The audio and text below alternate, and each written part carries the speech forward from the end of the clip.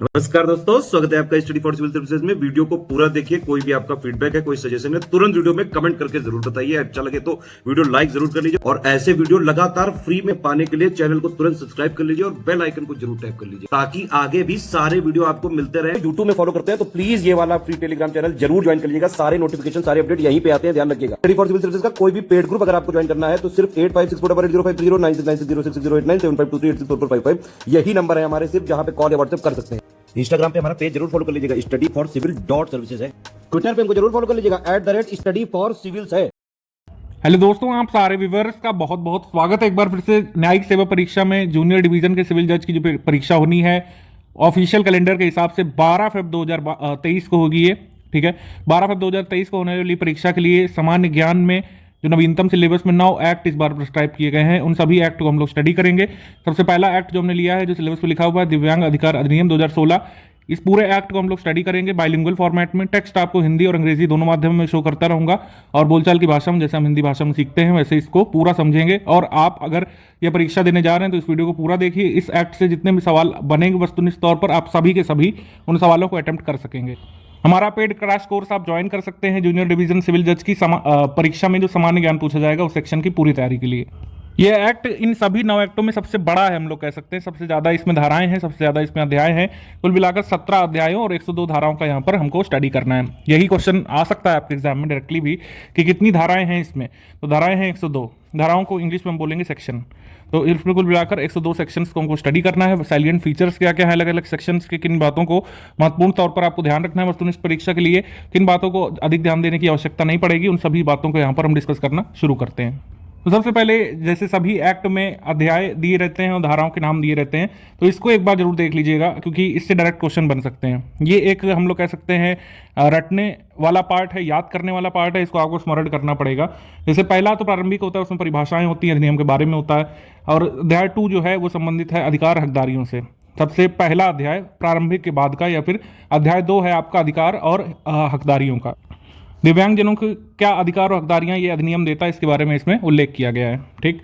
अब तीसरा अध्याय है शिक्षा के बारे में। शिक्षा को लेकर जो समुचित सरकार है वो क्या उपबंध यहाँ पे करेगी, क्या यहाँ पे सरकार का रोल रहेगा। उसके बाद अध्याय 5 है सामाजिक सुरक्षा, स्वास्थ्य, पुनर्वास, आमोद प्रमोद का इंतजाम तो सरकार करेगी दिव्यांग व्यक्तियों के लिए। संदर्भित दिव्यांगजनों के लिए विशेष उपबंध हैं अध्याय 6 में। संदर्भित दिव्यांगजन किसे कहेंगे और हम लोग कह सकते हैं विनिर्दिष्ट दिव्यांगजन किसे कहेंगे, उन सभी के बारे में भी हम आपको बताएंगे डिटेल में जब पढ़ेंगे।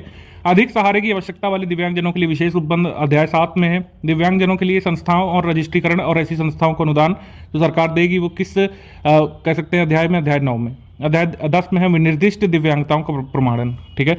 विनिर्दिष्ट दिव्यांगताओं का प्रमाणन ये अध्याय 10 में है। इसको याद कर लीजिए, इसके पूछे जाने की काफी संभावना मुझे दिख रही है। अब इसके बाद है दिव्यांगता पर केंद्रीय और राज्य सलाहकार बोर्ड तथा जिला स्तरीय समिति गठन कौन करता है, कितने सदस्य होते हैं, कौन कौन सलाहकार बोर्ड के अध्यक्ष बनते हैं, सदस्य बनते हैं, पदेन अध्यक्ष बनते हैं, सब कुछ यहाँ पे बताएंगे।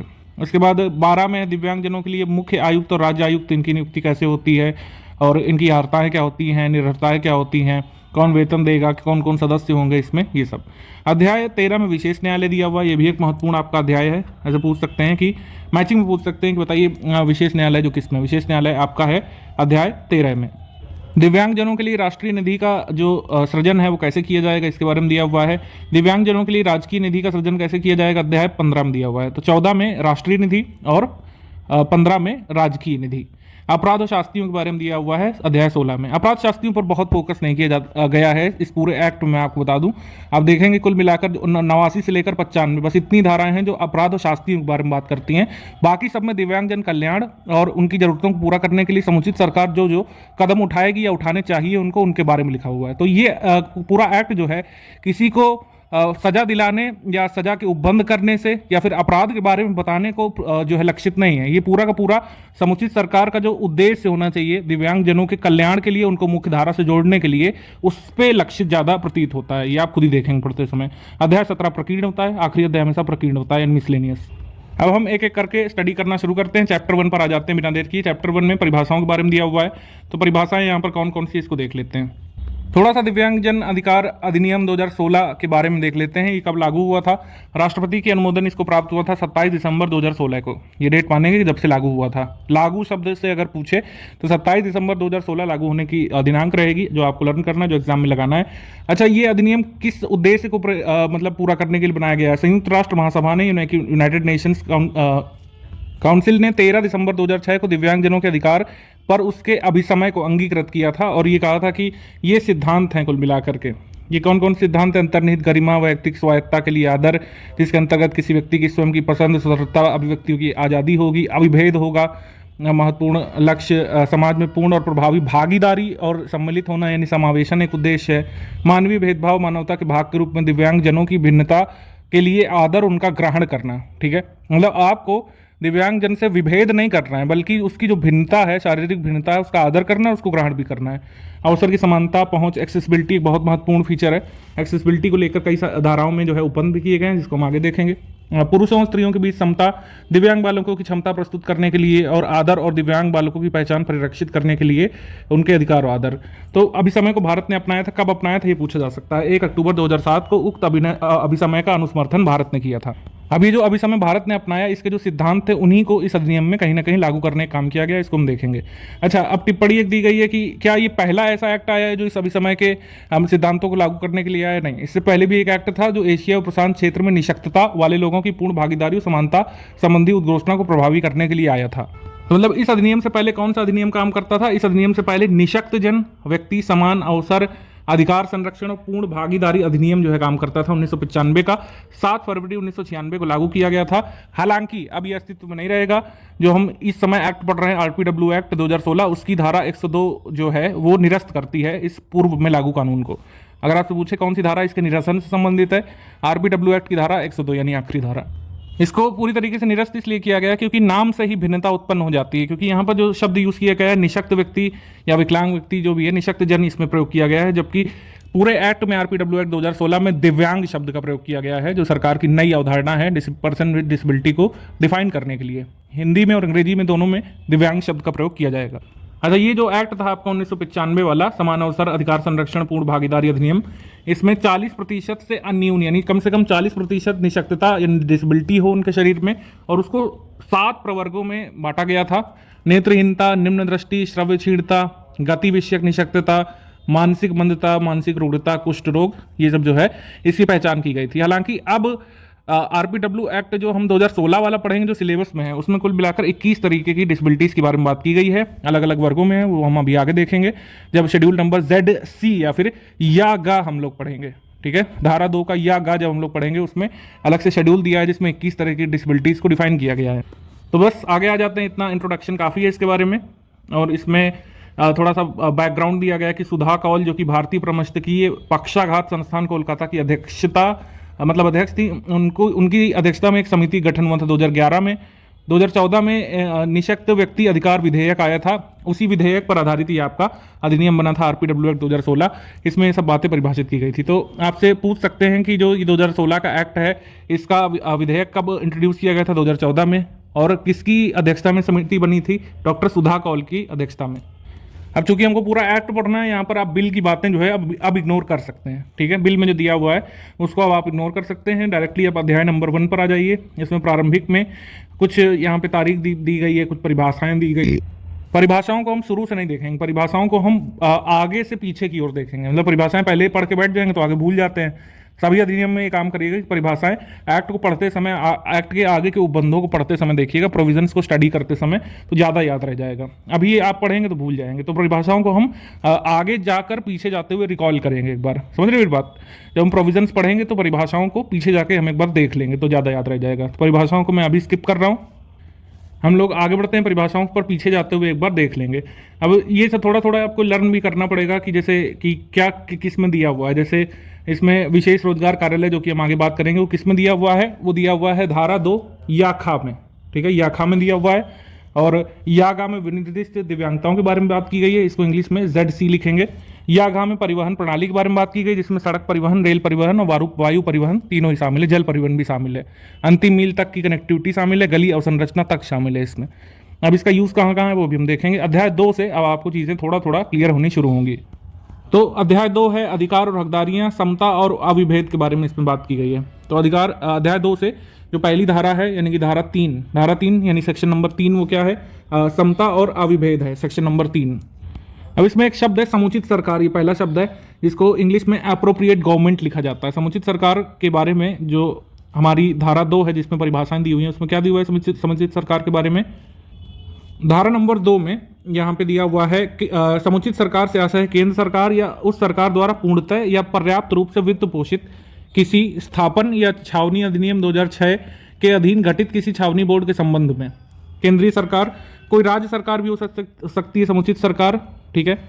समुचित सरकार राज्य सरकार होगी या फिर उसके द्वारा वित्त पोषित कोई स्थापन होगा, छावनी बोर्ड हो सकता है, कोई स्थानीय प्राधिकरण या प्राधिकारी हो सकता है, सभी जो है राज्य सरकार या फिर केंद्र सरकार समुचित सरकार के दायरे में आ जाएंगे। तो धारा नंबर 3 में बात की गई समता और अविभेद के बारे में। समता सुनिश्चित करने का काम और अविभेद ना होने देने का काम किसका है, समुचित सरकार का है, यानी कि इसका है केंद्र सरकार का है, राज्य सरकार का है, और इन दोनों सरकारों के अधीन प्राधिकृत किसी छावनी बोर्ड का भी हो सकता है, कोई प्राधिकारी का हो सकता है और किसी प्राधिकरण का भी हो सकता है, ठीक है। मतलब पूरी जिम्मेदारी किसको दी गई है, समुचित सरकार को, यानी केंद्र सरकार को, राज्य सरकार को, उनके अधीन काम करने वाले या फिर उनके द्वारा इस आशय के लिए प्राधिकृत किसी संगठन को। अब समता और अविभेद के बारे में तो जितना भी समता और अविभेद की अवधारणा संबंधित चीजें हैं वो आ जाती हैं। जैसे युक्तिगत आवासन सुनिश्चित करने का काम कौन करेगी, सरकार करेगी। दिव्यांग ना भी हो तब भी आवासन दे रही सरकार प्रधानमंत्री आवास योजना के तहत, तो दिव्यांगों को देना समुचित सरकार का काम बताया गया। दिव्यांगता के आधार पर उसको व्यक्ति स्वतंत्रता से वंचित नहीं किया जा सकेगा। दिव्यांगता के आधार पर कभी भी विभेद नहीं किया जाएगा जब तक ये दर्शित नहीं हो जाता है कि आक्षेपित कृत्य या लोप विधि संगत उद्देश्य को प्राप्त करने के लिए किया गया है। कहने का आशय है कि अगर मान लीजिए कि किसी सरकारी पद में कोई मेडिकल में कोई मांगा गया है, कोई थोड़ा सा चल के दिखाने वाला या फिर लंबी कूद का ऐसा कुछ माना गया है, तो दिव्यांग अगर उसमें पार्टिसिपेट कर रहे हैं तो वो उनको उस प्रतियोगिता या फिर कह सकते हैं उस टेस्ट को पास करने की जरूरत नहीं होती, तो अब उसको विभेद नहीं माना जाएगा, यानी कि वो एक सद्भाव से किया गया कृत्य है दिव्यांगों के कल्याण के लिए। तो आक्षेपित कृत्य या लोप यानी कि कोई कृत्य या फिर कोई लोप यानी कि कोई कार्य जिस ना किया गया हो विधि संगत उद्देश्य को प्राप्त करने के लिए, तब तक वो विभेद नहीं माना जाएगा, ठीक। दिव्यांग महिला बालक के बारे में सेक्शन 4 में बताया गया, यानी कि धारा नंबर 4 में। तो दिव्यांग महिला बालक के भी अधिकार होंगे बताया गया है धारा 4 में। ज़्यादा जहां देखने की जरूरत है, शब्दों को समझने की जरूरत है, मैं बताऊंगा, अदरवाइज एक रीडिंग ही काफ़ी है इसमें। ध्यान रखिएगा, दिव्यांग महिला बालक के बारे में बताया हुआ है धारा 4 में। सामुदायिक जीवन के बारे में बताया गया है धारा 5 में। सामुदायिक जीवन में बताया गया है कि दिव्यांगजनों को समुदाय में जीने का अधिकार होगा, उन्हें किसी भी तरीके से अलग रहने या फिर दिव्यांगों के बीच समूह बनाकर रहने के लिए बाध्य नहीं किया जा सकता है, ठीक है।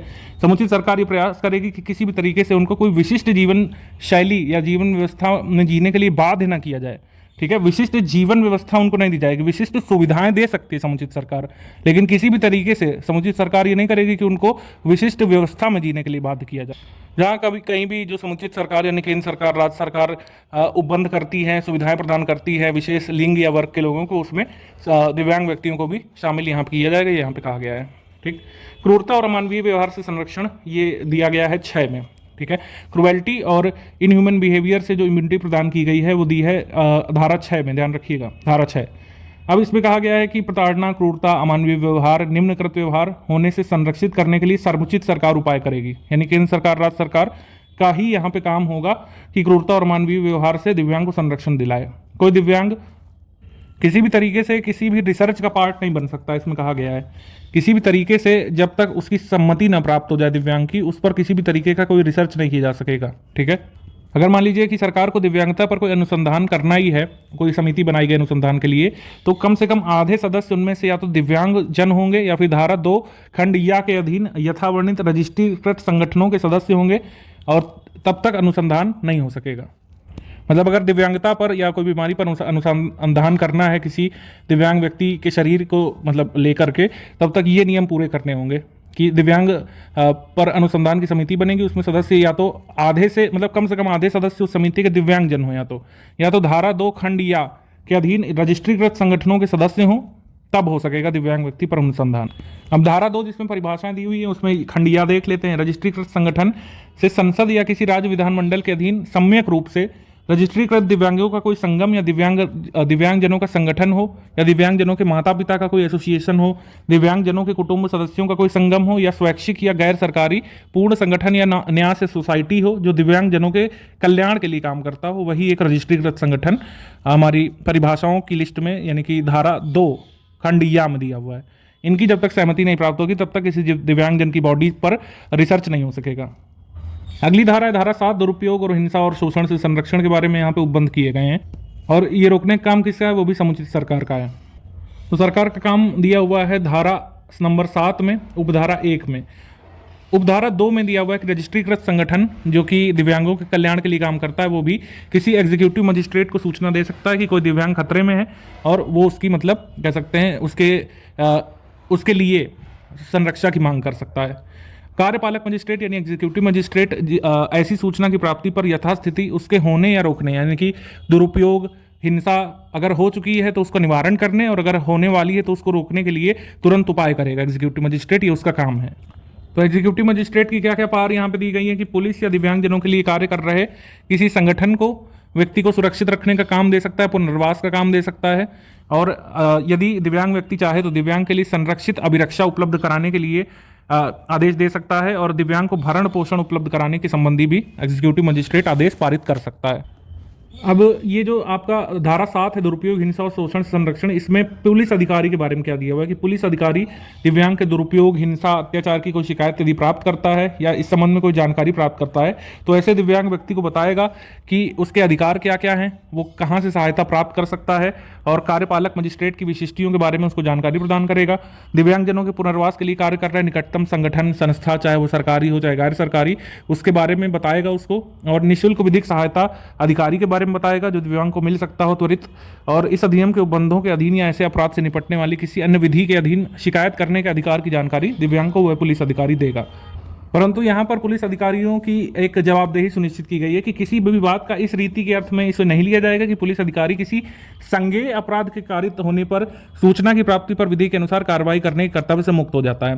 यानी कि ऐसा नहीं है कि कोई संज्ञेय अपराध मान लीजिए हो गया है। संज्ञेय अपराध जो है दंड प्रक्रिया संहिता 1973 की धारा 2 में जहां पर परिभाषा दी हुई है, इसमें दिया हुआ है कि संज्ञेय अपराध कोई ऐसा अपराध है या संज्ञेय मामला बनता है जिसमें पुलिस अधिकारी प्रथम अनुसूची के या तत्समय प्रवृत्त किसी अन्य विधि के अनुसार वारंट के बिना गिरफ्तारी कर सकता है। अगर ऐसा कोई अपराध हुआ है कि वारंट के बिना गिरफ्तारी अपेक्षित है, तब वो सब जानकारी वो नहीं देगा, वह सीधे पुलिस अधिकारी कार्रवाई करने के लिए बाध्य होगा, ये उसका काम होगा। तो संज्ञेय अपराध के मामले में पुलिस अधिकारी को कार्य करने के लिए जो मतलब कह सकते हैं उपबंध किया गया, वो किसमें किया गया वो ध्यान रखिएगा।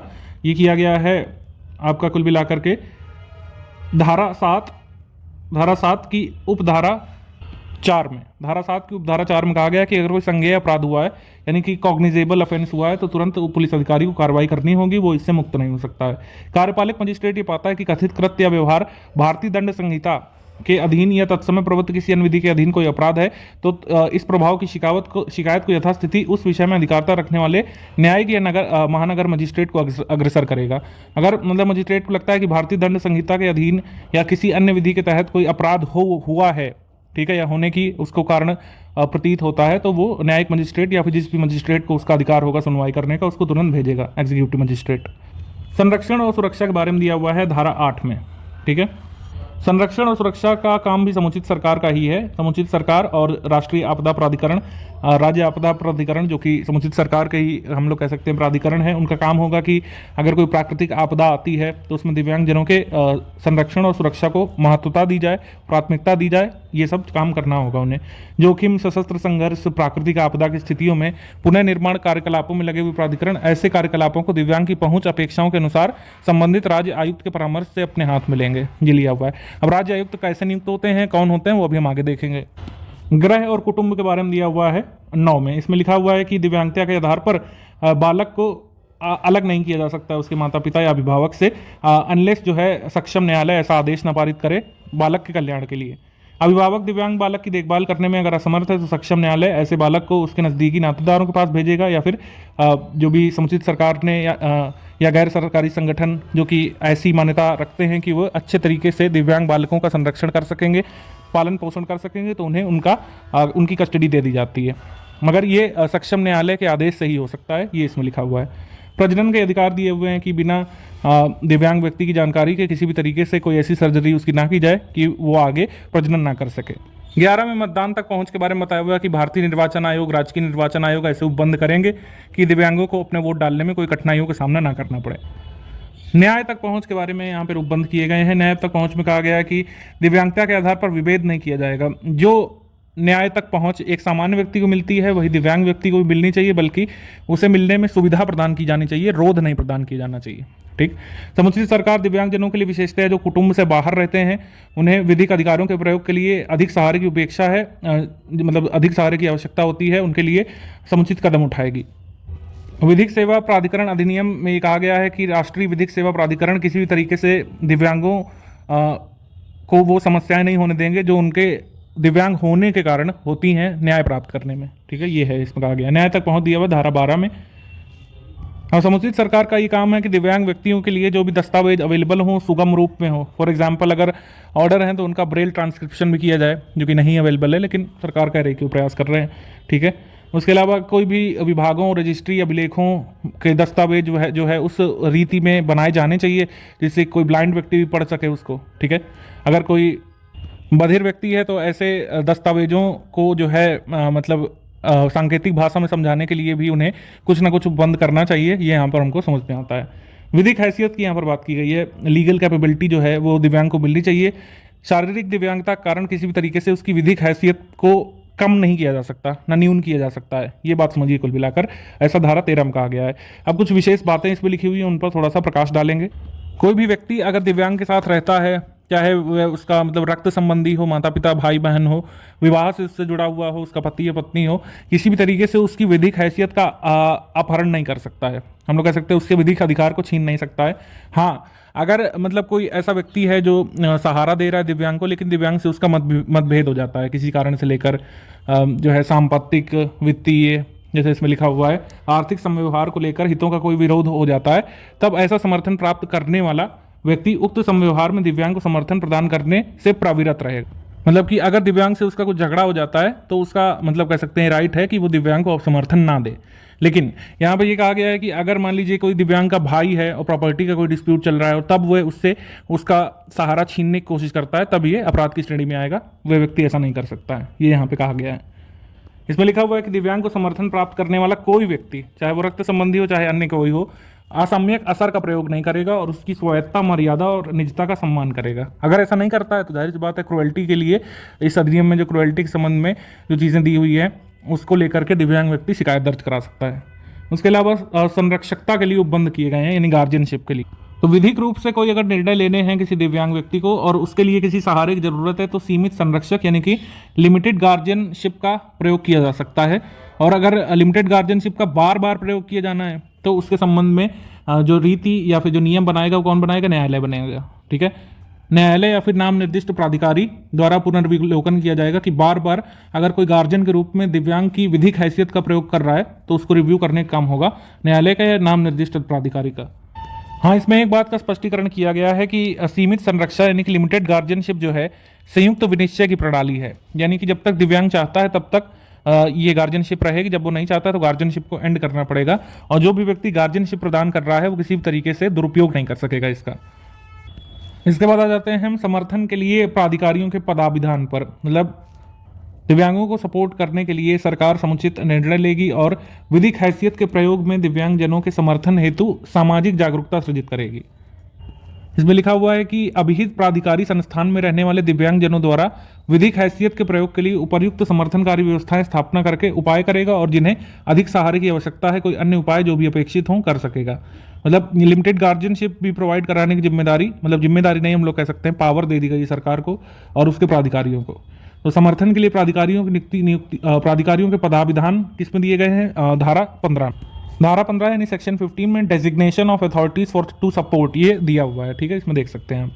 अब आ जाते हैं एजुकेशन पर, यानी कि अध्याय 3।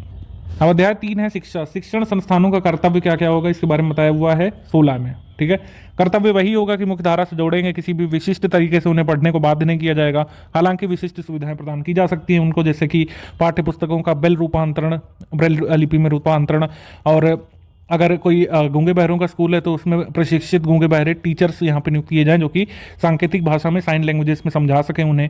ये सब चीज़ों का उपबंध करने का काम यहाँ पे सरकार का होगा, समुचित सरकार का, और उसके अधीन काम करने वाले, उसके अधीन या फिर उससे मान्यता प्राप्त या फिर उससे समर्थन प्राप्त करने वाले विद्यालयों और विश्वविद्यालयों का होगा।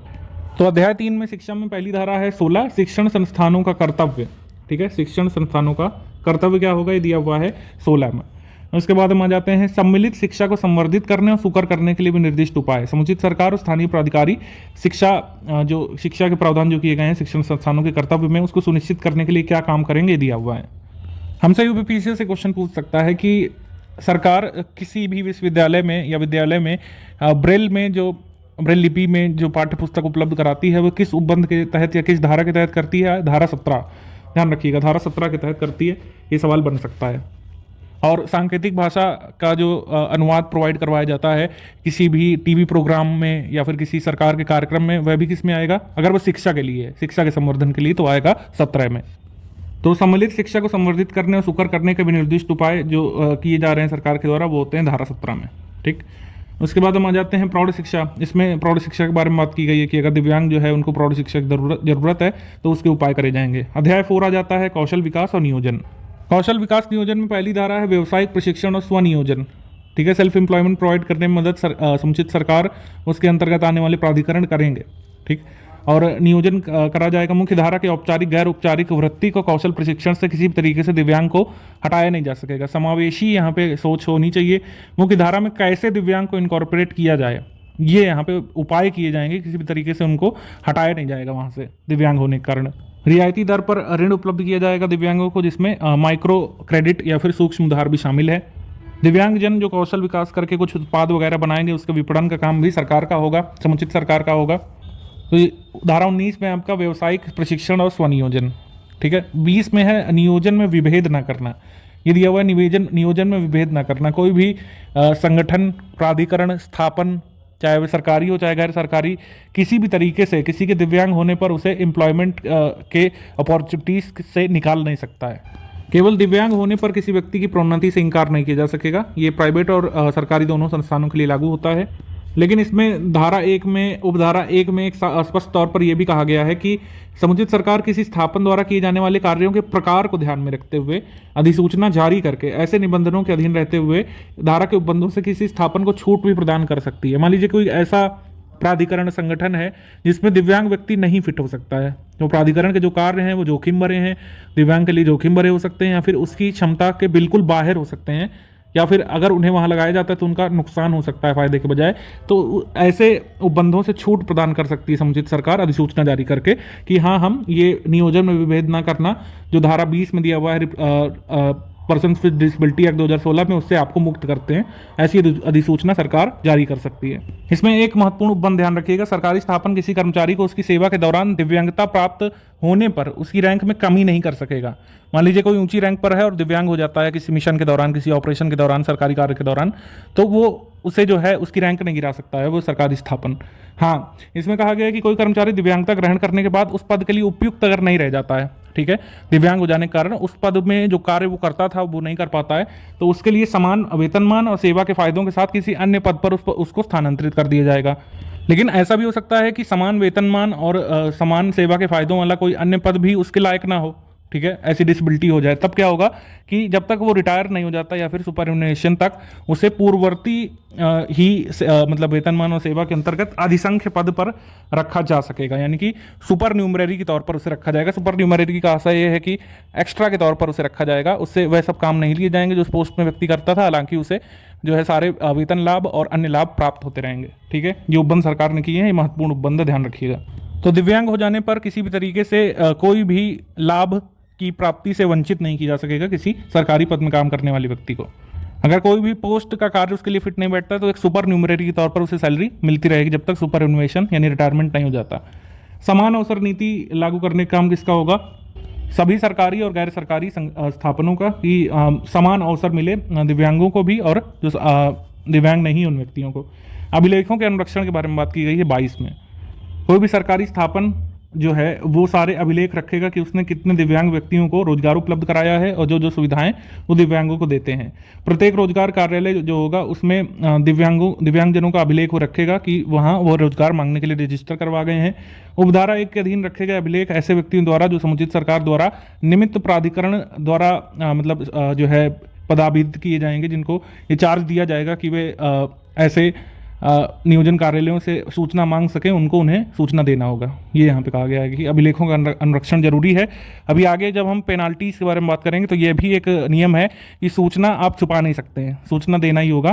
तो ये उसी के संबंध में है।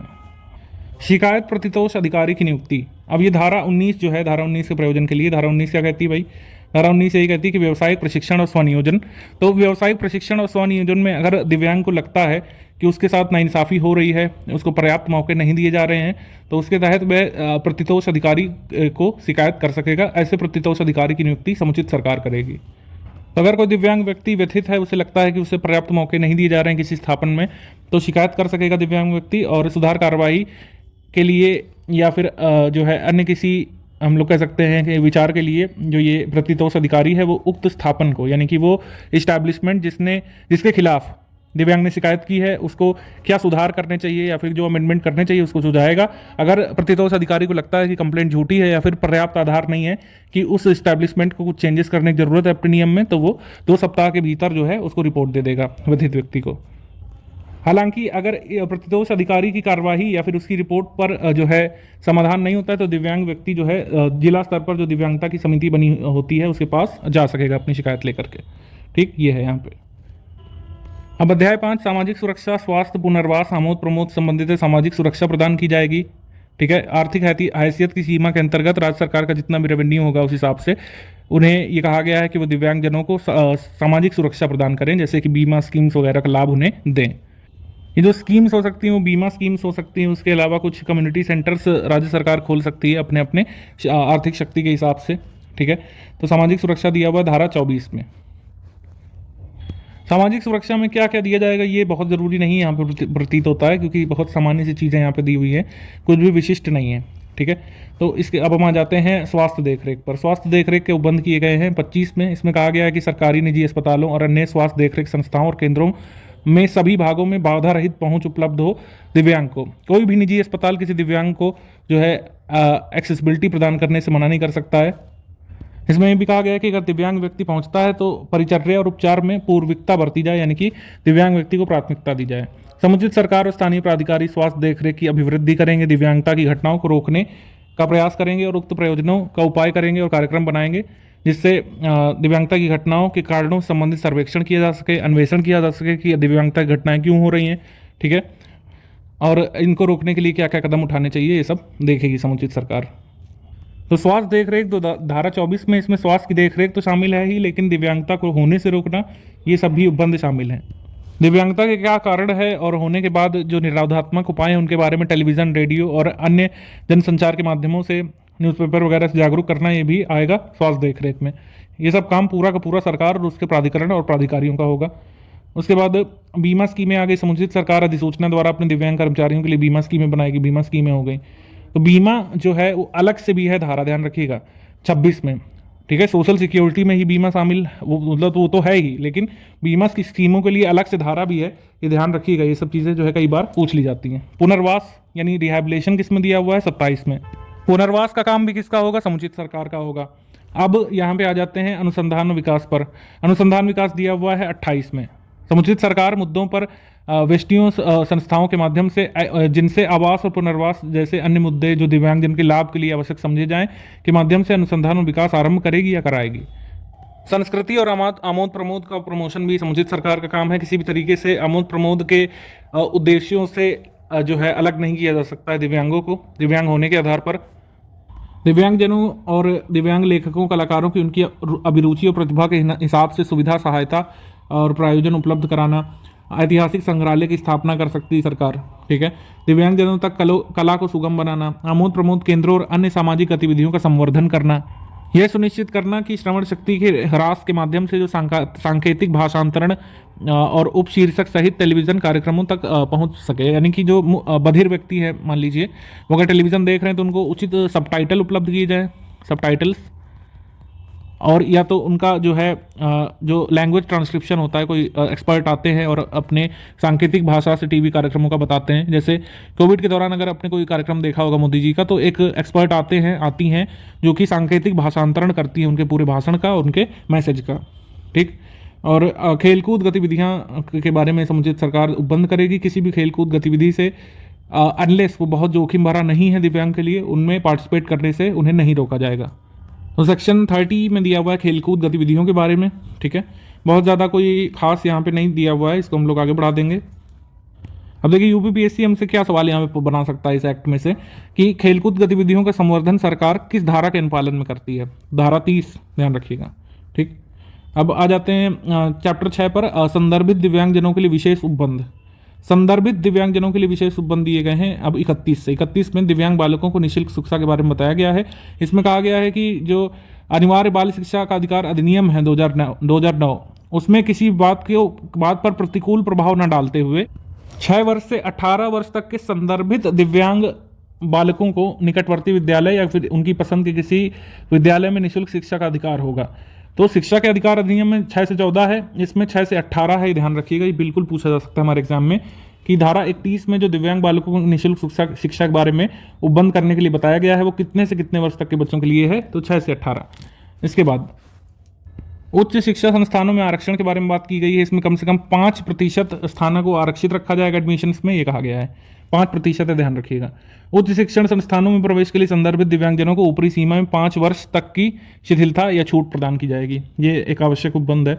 अब आरक्षण के लिए पदों की पहचान, ये समुचित सरकार का काम होगा कि दिव्यांगजनों को जिस पदों में शामिल किया जा सकेगा उसका लगातार जो है मतलब स्टडी किया जाए, उसमें जो है सर्वे किया जाए कि कौन कौन से ऐसे पद हैं जो दिव्यांगों के लिए उपयुक्त हो सकते हैं, उनकी पहचान की जाए और हर 3 वर्ष के अंतराल में हर हाल में देखा जाए कि कौन कौन से ऐसे पद हैं जिस पर दिव्यांगों को लगाया जा सकता है, मतलब उनकी नियुक्ति की जा सकती है उसमें।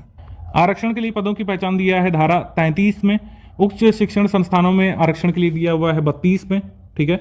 और आरक्षण नौकरियों में आरक्षण के लिए बारे में दिया हुआ है 34 में, ठीक। इसमें कहा गया है कि 4% से अन्यून यानी कम से कम 4% संदर्भित दिव्यांगजनों के लिए आरक्षित करेगी सरकार हर वैकेंसी में। और ये 4% जो है कैसे कैसे डिस्ट्रीब्यूट होगा, खंड का को 1%, ठीक है।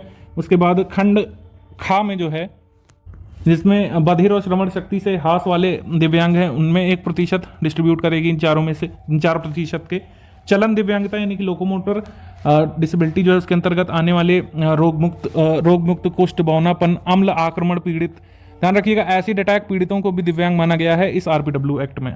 तो 1% ये हो गया, बाकी 1% इस घा और अंगा में सामान्य मतलब ये सब मिला के 1%। तो ये 4% का जो आरक्षण है वो इस तरीके से डिस्ट्रीब्यूट होगा।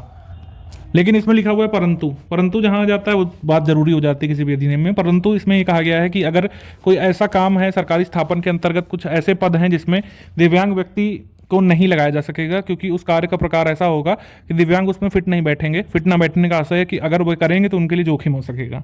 तो सरकार जो है सरकारी स्थापन को अधिसूचना जारी करके वैकेंसी में इस आरक्षण प्रदान करने की उपबंध से छूट प्रदान कर सकेगी, ठीक है।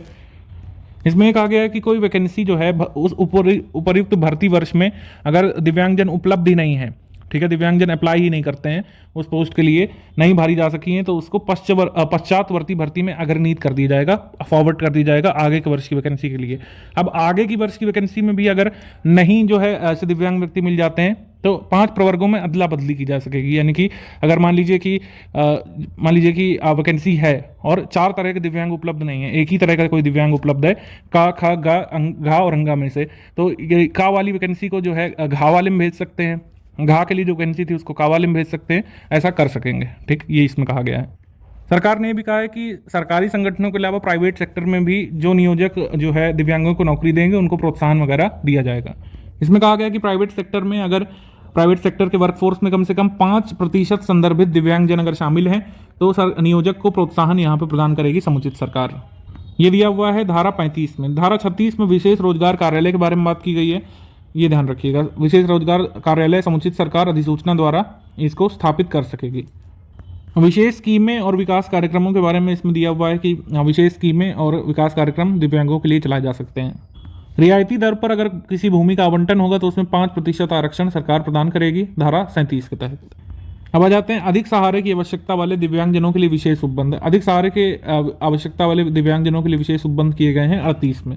आगे हम लोग आ जाते हैं अध्याय 8। अध्याय 8 में समुचित सरकारों के कर्तव्य और उत्तरदायित्व। जागरूकता अभियान चलाने का उत्तरदायित्व है धारा 39 के अंतर्गत। ठीक है। सेक्शन 39 में जागरूकता अभियान चलाने का काम जो है अप्रोप्रिएट गवर्नमेंट यानी समुचित सरकार का है। अभी जागरूकता अभियान में ये सब चीज़ें शामिल होंगी कि लोगों को बताया जाए कि सहनशील रहें, दिव्यांगों के प्रति सहानुभूति रखें उनके प्रति, और सपोर्टिव अप्रोच रखें उनके प्रति। ये सब दिव्यांगों के कौशल, गुणों, योग्यता की अग्रिम पहचान करके कार्यबल, श्रम बाजार और उनका योगदान और वृत्तिक फीस वगैरह सुनिश्चित करने का काम भी समुचित सरकार का होगा। ये सब है। उसके बाद पहुंच एक्सेसिबिलिटी के बारे में बात की गई है धारा 40 में। एक्सेसिबिलिटी कहाँ के लिए दिव्यांगों को सुनिश्चित करना है? भौतिक पर्यावरण में, परिवहन में। परिवहन की जो परिभाषा है वो दी गई है धारा 2 में। हमने आपको क्या बताया, किस परिवहन के बारे में बात हो रही थी? परिवहन में वायु परिवहन, जल परिवहन, मतलब वायु परिवहन, जल से परिवहन, और जो मतलब ये सड़क परिवहन है, ये सब इसमें शामिल होगा। और संसूचना के लिए पहुंच के मामले में अधिकथित करते हुए दिव्यांगजनों के लिए विनिमय विरचित करेगा। ये समुचित सरकार का काम होगा कि उन्हें एक्सेसिबिलिटी कहाँ की मिले? फिजिकल इन्वायरमेंट की, ट्रांसपोर्टेशन की, इंफॉर्मेशन की। परिवहन तक पहुंच में समुचित सरकार ये उपबंध करेगी कि किसी भी तरीके से कोई यहाँ पे समस्या ना हो दिव्यांगों को। अगर कुछ ऐसे कह सकते हैं कि राज्य सरकार के अंतर्गत परिवहन जैसे बस वगैरह चलती हैं तो उसमें दिव्यांगजनों के चढ़ने उतरने के लिए विशेष उपबंध किए जा सकते हैं, व्हीकल्स को मॉडिफाई किया जा सकता है, जैसे इस पिक में मैं आपको दिखा रहा हूँ। तो इसमें साफ साफ दिया हुआ है कि अगर परिवहन में अगर किसी व्हीकल्स को पुराने ढंग से अगर लगाना है, रेट्रोफिटिंग भी अगर करनी पड़े, उसमें कुछ मॉडिफिकेशंस भी करनी पड़े व्हीकल की डिज़ाइन में, तो वो भी करेगी सरकार और दिव्यांगों को इसमें मदद की जाएगी। जैसे बसेस में आपने देखा होगा कई बार ये सब सिस्टम लगाए जाते हैं। इवन रेलवेज़ में भी कई बार अलग से कुछ आपको स्ट्रक्चर्स देखने को मिलेंगे उनकी बोगीज़ में, जो अलग से लगाए जाते हैं, या फिर उसको मॉडिफाई किया जाता है दिव्यांगों की जो बोगीज़ होती हैं। मोटर व्हीकल्स अमेंडमेंट एक्ट जो हुआ था 2019 में, उसमें भी एक उपबंध किया गया था। अगर आप देखें, अब ये जिक्र हुआ है तो मैं आपको बता रहा हूँ। रेट्रोफिटिंग ऑफ व्हीकल्स जो होती थी, जैसे कि अगर किसी बाइक में जो है अलग से कैरेज जोड़ लिया गया, ठीक है, या फिर बाइक में जो 2 पहिए की जगह 3 पहिए लगा दिए गए, तो उसको पहले के मोटर व्हीकल एक्ट में इनवैलिड कैरेज कहा जाता था। इनवैलिड कैरेज, उसके लिए कोई लाइसेंस की आवश्यकता नहीं पड़ती थी और उस पर जो है विधिक जिम्मेदारी भी सरकार नहीं लेती थी। लेकिन अब इनवैलिड कैरेज शब्द को हटा दिया गया है, इसमें अब कह दिया गया है अडैप्टेड व्हीकल। अडैप्टेड व्हीकल का बाकायदा जो है रजिस्टरिंग अथॉरिटी से रजिस्ट्रेशन कराया जा सकेगा और उसकी सहमति से या फिर उसकी अनुमति लेकर के दिव्यांग व्यक्ति अपने व्हीकल का, अपने वाहन का, चाहे 2 पहिया वाहन हो चाहे 4 पहिया वाहन हो, उसका मॉडिफिकेशन भी करा सकेगा। जैसे कोई व्यक्ति जो है जिसके दोनों नीचे के लिम्ब नहीं होते हैं, पैर नहीं होते हैं, तो वो क्या करते हैं, जो ब्रेक्स और क्लच होता है उसको स्टीयरिंग के पास लगवा लेते हैं। कई बार ऐसा होता है, ऐसी सुविधाएं उपलब्ध हैं। तो अब उसको इनवैलिड कैरेज नहीं कहा जाएगा, उसमें बाकायदा नंबर पड़ेगा व्हीकल में और उसे एक अडैप्टेड व्हीकल कहा जाएगा। तो इस तरीके के उपबंध सरकार करेगी। परिवहन तक पहुंच सुनिश्चित करना ही समुचित सरकार और उनके प्राधिकरण और प्राधिकारियों का काम है। अब इसके बाद है कि सूचना और संचार प्रौद्योगिकी तक पहुंच सुनिश्चित करना, ये भी सरकार का काम है। इलेक्ट्रॉनिक मीडिया अगर कोई सरकार जारी करती है, कोई शो अगर जारी करती है, कोई डॉक्यूमेंट्री जारी करती है, तो बिल्कुल उपबंध की जाए कि उसमें सबटाइटल्स उपलब्ध हों, और अगर हो सके तो, वैसे तो अब हो रहा है कि जो साइन लैंग्वेज ट्रांसक्रिप्शन होता है वो भी अवेलेबल होता है। तो सूचना और संचार प्रौद्योगिकी तक पहुंच दिया हुआ है सेक्शन 42 में, ठीक है, सेक्शन 42 में, और परिवहन तक पहुंच दिया हुआ है सेक्शन 41 में, और पहुंच दिया हुआ है एक्सेसिबिलिटी 40 में, ये ध्यान रखिएगा। उपभोक्ता माल तक पहुंच दिया हुआ है 43 में। कोई भी उपभोक्ता माल आता है उसे खरीदने से दिव्यांग को नहीं रोका जाएगा। पहुंच के संनियमों का आज्ञापक रूप से अनुपालन, ये बड़ा जरूरी है। जैसे आपने देखा होगा कि बिल्डिंग्स में दिव्यांगों के लिए जो अलग से रैंप वगैरह बनाने के उपबंध किए जाते हैं, ये इसी के तहत किए जाते हैं, धारा 44 RPW एक्ट। किसी स्थापन को किसी संरचना के निर्माण की मंजूरी नहीं दी जाएगी यदि भवन योजना धारा 40 के अधीन केंद्रीय सरकार द्वारा विरचित विनियमों के संसक्त नहीं है। इसमें दिया हुआ है कि अगर एक्सेसिबिलिटी रूल्स जो सरकार ने समय समय पर बनाए होंगे, अगर उसके हिसाब से कोई बिल्डिंग नहीं बनी है तो उसको उसके निर्माण की मंजूरी नहीं दी जा सकेगी।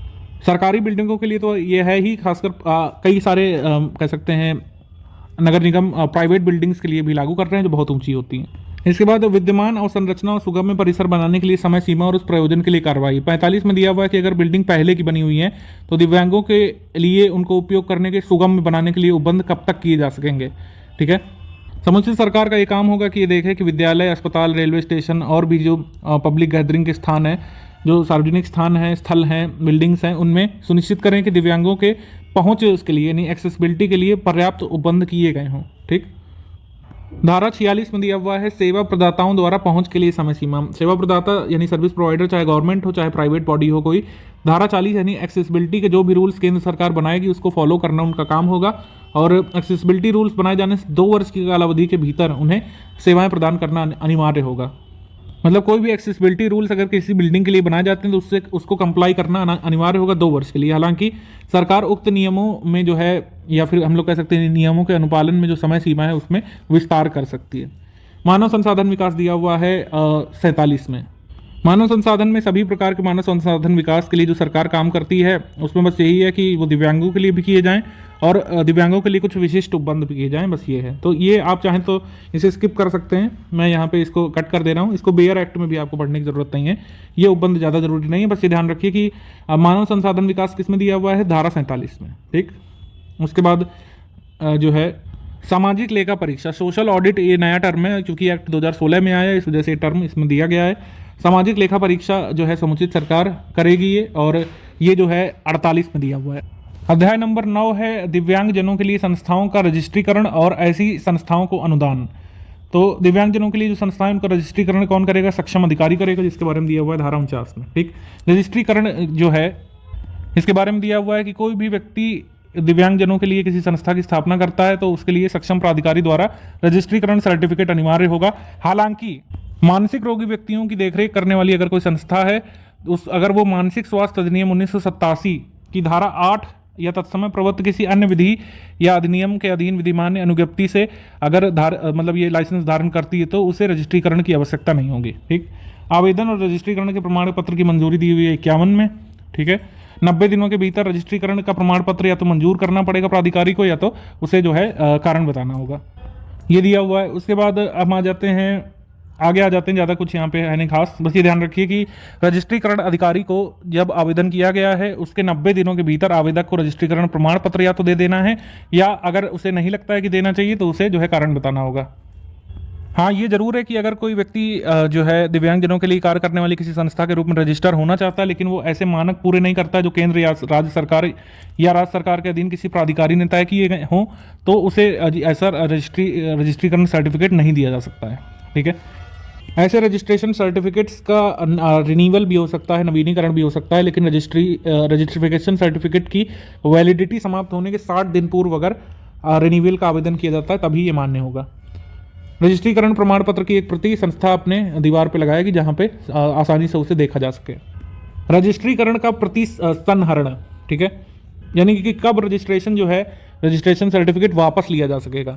अगर सक्षम प्राधिकारी के विश्वास करने का कारण उपलब्ध है कि धारा 51 की उपधारा 2 के अधीन मंजूर किए गए रजिस्ट्रीकरण के प्रमाण पत्र में धारक ने कोई जो है झूठा कथन यहाँ पे कहा है, कोई मानक ये पूरा नहीं हुआ है, शर्तों को भंग किया है या करवाया है, तो जो है रजिस्ट्रेशन को रिवोक किया जा सकेगा, ये कहा गया है इसमें।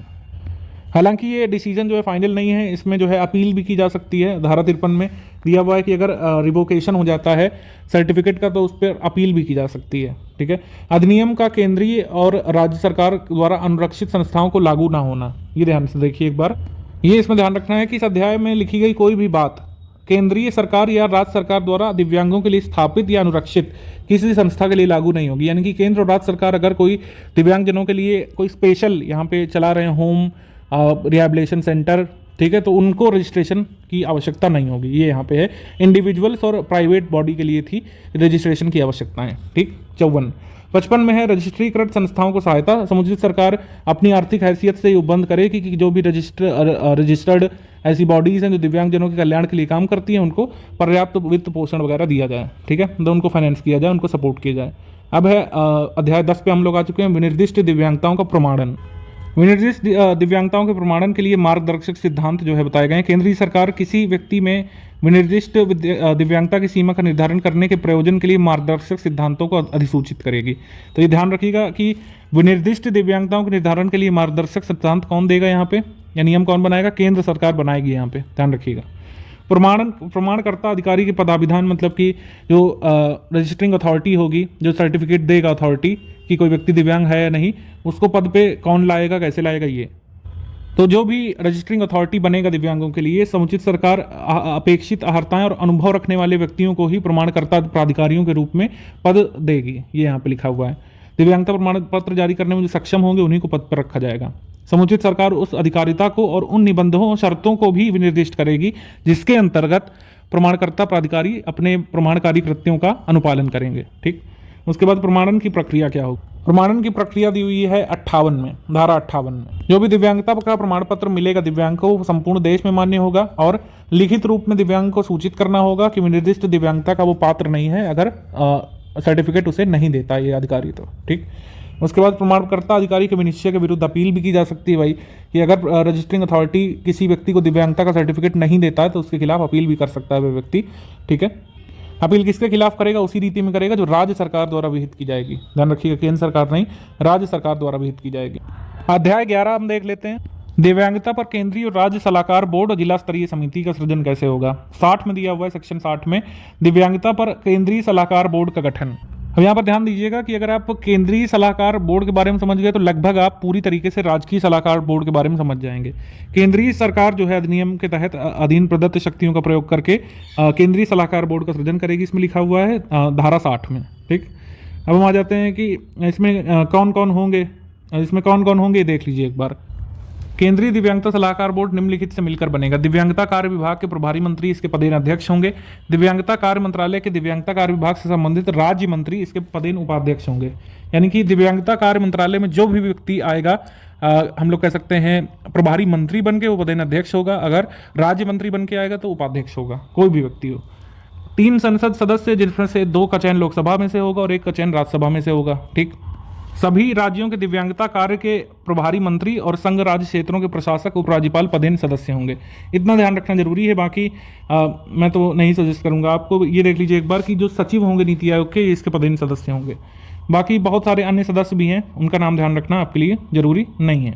ठीक है, इसको मैं यहाँ पे स्किप कर दे रहा हूँ। हाँ, ये है कि ये जो संस्थान है, इनके जो निदेशक यानी डायरेक्टर होंगे पदेन सदस्य होंगे। अब ये संस्थान कौन कौन से हैं? राष्ट्रीय दृष्टि विकलांग संस्थान देहरादून, राष्ट्रीय मानसिक विकलांग संस्थान सिकंदराबाद, पंडित दीनदयाल उपाध्याय विकलांगजन संस्थान नई दिल्ली, या अली यावर जंग राष्ट्रीय श्रव्य विकलांग संस्थान मुंबई, राष्ट्रीय विकलांग असुविधाग्रस्त व्यक्तियों के लिए संस्थान कोलकाता, राष्ट्रीय पुनर्वास प्रशिक्षण और अनुसंधान संस्थान कटक, राष्ट्रीय बहु दिव्यांगजन सशक्तिकरण संस्थान चेन्नई, राष्ट्रीय मानसिक स्वास्थ्य और विज्ञान संस्थान बेंगलोर। ठीक है, Indian sign language research and training centre Delhi. केंद्र सरकार द्वारा नाम निर्देशन किए जाने वाले अन्य सदस्य हो सकते हैं 5 व्यक्ति जो दिव्यांगता और पुनर्वास क्षेत्र में विशेषज्ञ हों, उन्हें भी शामिल किया जाएगा इसमें। दिव्यांगता से संबंधित गैर सरकारी संगठनों और दिव्यांगजन संगठनों का प्रतिनिधित्व करने के लिए जहां तक व्यवहार्य हो ऐसे 10 व्यक्ति जो दिव्यांगजन हों वो भी शामिल किए जा सकते हैं उसमें। अब इन सदस्यों की पदावधि और सेवा की शर्तें दी हुई हैं 61 में। तो पदावधि ध्यान रखिएगा कि जो भी सदस्य और अध्यक्ष वगैरह जो भी आएंगे वो यहाँ पे 3 वर्ष की अवधि के लिए रहेंगे, 5 वर्ष नहीं है इसका, 3 वर्ष की अवधि के लिए रहेंगे। हालांकि पदावधि की समाप्त होने के बाद भी अपने पद पर बने रहेंगे जब तक उनका उत्तरवर्ती नहीं आ जाता, यानी कि उनको रिप्लेस करने वाला व्यक्ति जब तक नहीं आ जाता है तब तक व्यक्ति अपने पद पर बने रहेंगे। हालांकि ऑफिशियल टेन्योर जो है वो 3 वर्ष का होगा। केंद्र सरकार अगर ठीक समझती है तो पद की समाप्ति से पूर्व भी किसी को पद से हटा सकती है। ठीक, इसमें लिखा हुआ है कि कोई भी सदस्य जो एक बार पद पर रह चुके हैं दोबारा जो है उनको नाम निर्दिष्ट किया जा सकेगा। ठीक है, ऐसा नहीं कि एक बार पद पे आगे दोबारा नहीं आ सकते, इस पोस्ट पर आ सकते हैं। 62 में निरर्हता के बारे में दिया हुआ है कि किस तरीके से इनएलिजिबल हो जाएंगे मेंबर्स, दिवालिया हो जाएं, विकृत चित्त के हो जाएं। ठीक है, उनको किसी अपराध के लिए सिद्ध दोष ठहराया गया हो और केंद्र सरकार की राय में वो नैतिक अधमता में अंतर्वलित हों। अधिनियम के अधीन किसी समय किसी अपराध के लिए उन्हें सिद्ध दोष ठहराया गया हो, इसी RPW एक्ट में किसी अपराध में वो लिप्त हों तो उन्हें हटाया जा सकेगा। केंद्र सरकार की राय में सदस्य के रूप में अपने पद को उन्होंने दुरुपयोग किया हो या पद पर बने रहने के लिए साधारण जनता के हितों को प्रतिकूल ठहराया हो तो भी हटाए जा सकते हैं। 63 में दिया हुआ है कि पद रिक्त हो जाएगा अगर वो निरर्हर हो जाते हैं, सिंपल सी बात है। ठीक, 64 में दिया हुआ है कि दिव्यांगता पर केंद्रीय सलाहकार बोर्ड की बैठकें हर साल एटलीस्ट 2 बैठकें होंगी, 6 माह में एटलीस्ट 1 बैठक जरूर होगी, ये दिया हुआ है, ध्यान रखिएगा। दिव्यांगता पर केंद्रीय सलाहकार बोर्ड के काम क्या होंगे? ये काम बड़े वही है जो नॉर्मल से काम होते हैं जो आप एक्सपेक्ट कर सकते हैं कि राष्ट्रीय नीति बनाएं, राज्य सरकार और मतलब माफ कीजिएगा केंद्र सरकार को यहाँ पे सिफारिशें करें, अपनी एडवाइजरी दें कि किस तरीके से जो इवॉल्विंग ट्रेंड्स हैं हमारे सोशल लाइफ में दिव्यांगजनों को और क्या सुविधाएं दिए जाने की ज़रूरत है जो एक्ट में मिस हो गई हैं, ये सारी चीज़ें करने का इनका काम होगा। ठीक, तो यहाँ पर जो इनके काम है वो आप चाहें तो स्किप कर सकते हैं। हालांकि ध्यान रखिएगा कि जो राष्ट्रीय नीति बनेगी वो केंद्रीय सलाहकार बोर्ड बनाएगा और राज्य स्तर पर राजकीय सलाहकार बोर्ड वो नीति बनाएगा राज्य के लिए, सिंपल सी बात है। अब 66 में दिया हुआ है राजकीय सलाहकार बोर्ड के बारे में। राजकीय सलाहकार बोर्ड में भी यही होगा कि राज्य सरकार का जो दिव्यांगता मामलों का विभाग होगा उसके प्रभारी मंत्री पदेन अध्यक्ष होंगे और प्रभारी राज्य मंत्री या उप मंत्री उसके उपाध्यक्ष होंगे। दिव्यांगता कार्य, स्कूल शिक्षा, साक्षरता, उच्च स्तर शिक्षा, महिला बाल विकास, वित्त, कार्मिक और प्रशिक्षण, इन सभी से एक एक सदस्य आ जाएंगे। राज्य विधानमंडल के अधीन 3 सदस्य होंगे, 2 का चयन विधानसभा से होगा और 1 का सदस्य विधान परिषद से होगा, अगर उस राज्य में विधान परिषद है तो। अगर विधान परिषद नहीं है तो तीनों सदस्यों का चयन जो है विधानसभा से किया जाएगा। ठीक है। 5 सदस्य दिव्यांगता और पुनर्वास के क्षेत्र के विशेषज्ञ होने चाहिए। तो बाकी एक सदस्य हो गए। सदस्यों की सेवा के शर्तें, निबंधन भी ये दिया हुआ 3 वर्षों के लिए होंगे, जैसे केंद्रीय सलाहकार बोर्ड में होते हैं, वैसे राजकीय सलाहकार बोर्ड में भी जो सदस्य और अध्यक्ष हैं 3 वर्ष की अवधि के लिए रहेंगे और ये दोबारा भी बन सकेंगे। किसी भी समय अपने पद से ये त्यागपत्र दे सकेंगे अपनी अवधि पूरी होने से पहले भी, और केंद्र सरकार भी, मतलब राज्य सरकार भी इनको चाहे तो हटा सकेगी। ठीक। अब आ जाते हैं कि निरर्हता क्या है। निरर्हता भी सिमिलर है, जैसे कि केंद्रीय सलाहकार बोर्ड के सदस्यों की निरर्हता की शर्तें थी, वैसे ही राजकीय सलाहकार बोर्ड के सदस्यों की निरर्हता की शर्तें हैं। तो निरर्हता दी हुई राजकीय सलाहकार बोर्ड के सदस्यों की 68 में, स्थानों का रिक्त हो जाना दिया हुआ है 69 में। अगर निरर्हता साबित हो जाए तो स्थान रिक्त हो जाएंगे। दिव्यांगता पर राज्य सलाहकार बोर्ड की बैठकें 6 मास में कम से कम 1 बैठक जरूर होगी। ये भी यहाँ पे केंद्रीय सलाहकार बोर्ड की तरह है। ठीक। दिव्यांगता पर राज्य सलाहकार बोर्ड के कृत्य दिया हुआ है 71, वो बिल्कुल वही होंगे जो मतलब केंद्रीय सलाहकार बोर्ड के केंद्र के संबंध में थे, राजकीय सलाहकार बोर्ड के अपनी राजकीय नीति और राजकीय उपबंधों के संबंध में होंगे। आगे हम लोग पढ़ते हैं। आगे यहाँ पे क्या दिया हुआ है कि दिव्यांगता पर जिला स्तरीय समिति जो बनेगी वो 72 में दी हुई है। राज्य सरकार ऐसे कृत्य जो विहित किए जाएं पालन करने के लिए दिव्यांगता पर जिला स्तरीय समिति का सृजन करेगी। रिक्तियों से कार्यवाही का अविधिमान्य न होना। दिव्यांगता पर केंद्रीय सलाहकार बोर्ड, दिव्यांगता पर राज्य सलाहकार बोर्ड, जिला स्तर केंद्रीय सलाहकार समिति का कोई कार्य या कार्यवाही केवल इस आधार पर प्रश्नगत नहीं होगी यथास्थिति ऐसा बोर्ड या समिति में कोई पद रिक्त है या गठन में कोई त्रुटि है। तो मतलब कार्यवाही को जो है अविधिमान्य नहीं किया जा सकेगा। ठीक। उसके बाद दिव्यांग जनों के लिए मुख्य आयुक्त और राज्य आयुक्त। इस अधिनियम में प्रदत्त शक्तियों का प्रयोग करते हुए केंद्र सरकार एक मुख्य आयुक्त की नियुक्ति करेगी केंद्रीय स्तर पर। ठीक है। ये यहाँ पे कहा गया है 74 में। केंद्रीय सरकार मुख्य आयुक्त की सहायता करने के लिए अधिसूचना में 2 आयुक्तों की नियुक्ति भी कर सकेगी। मुख्य आयुक्त की एक सलाहकार समिति द्वारा सहायता की जा सकेगी जो विभिन्न दिव्यांगताओं के क्षेत्र से कम से कम 11 व्यक्तियों से बनी होगी। ठीक है। तो मुख्य आयुक्त की सलाहकार समिति में कितने सदस्य होंगे, ध्यान रखिएगा, 11 होंगे। अधिकारी कर्मचारियों के भत्ते जो भी होंगे केंद्र सरकार डिसाइड करेगी इसमें। ठीक है। अब आ जाते हैं मुख्य आयुक्त के कृत्य। इसमें दिया हुआ है मुख्य आयुक्त के कृत्य वही सब होंगे जो एक केंद्रीय सलाहकार बोर्ड जैसे आप मान सकते हैं। ठीक है। इसमें लिखा है कि मुख्य आयुक्त जो है स्वप्रेरणा यानी कि सुओ मोटो भी कार्य कर सकेंगे। अगर उन्हें लगता है कि किसी दिव्यांग व्यक्ति या फिर व्यक्तियों के समूहों का अधिकारियों का उल्लंघन हो रहा है तो केंद्र सरकार को वो यहाँ पे सूचित करेंगे और केंद्र सरकार के जो प्राधिकारी हैं जो नियुक्त किए गए हैं उनको सूचित करेंगे। ठीक है। ये सब बताया गया है इसमें। उसके बाद है कि मुख्य आयुक्त की सिफारिश पर समुचित प्राधिकारियों द्वारा कार्रवाई। मुख्य आयुक्त धारा 75 की उपधारा 1 के खंड ख के अनुसरण में किसी प्राधिकारी को सिफारिश यदि करते हैं तो प्राधिकारी द्वारा उस पर आवश्यक कार्यवाही करना और सिफारिश प्राप्त होने की तारीख से 3 मास के भीतर कार्यवाही को मुख्य आयुक्त को सूचित करना अनिवार्य होता है। हाँ, अगर सिफारिश को स्वीकार नहीं करता है प्राधिकारी, मुख्य आयुक्त की सिफारिश को स्वीकार नहीं करता है तो स्वीकार न करने के कारणों को भी उसे बताना होगा 3 मास के भीतर। ये ध्यान रख सकते हैं। मुख्य आयुक्त की शक्तियों के बारे में इसमें दिया हुआ है 70 में। ठीक है। इसमें साफ साफ दिया हुआ है कि ये कोई भी मामलों की सुनवाई जो है मुख्य आयुक्त कर सकेगा और मुख्य आयुक्त में विचारण करते समय सिविल प्रक्रिया संहिता 1908 के अधीन सिविल न्यायालय में जो भी शक्तियां निहित हैं उसमें आ जाएंगी।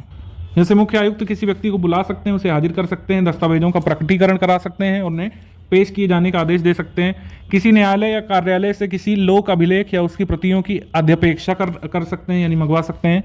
शपथ पत्रों पर साक्ष्य ग्रहण कर सकते हैं। साक्षियों या दस्तावेजों की परीक्षा के लिए कमीशन जारी कर सकते हैं। ठीक है। ये सब जो एक सिविल प्रोसीजर कोड में 1908 में जो सिविल न्यायालय में जो शक्तियां हैं वो इनके पास रहती हैं। ठीक है।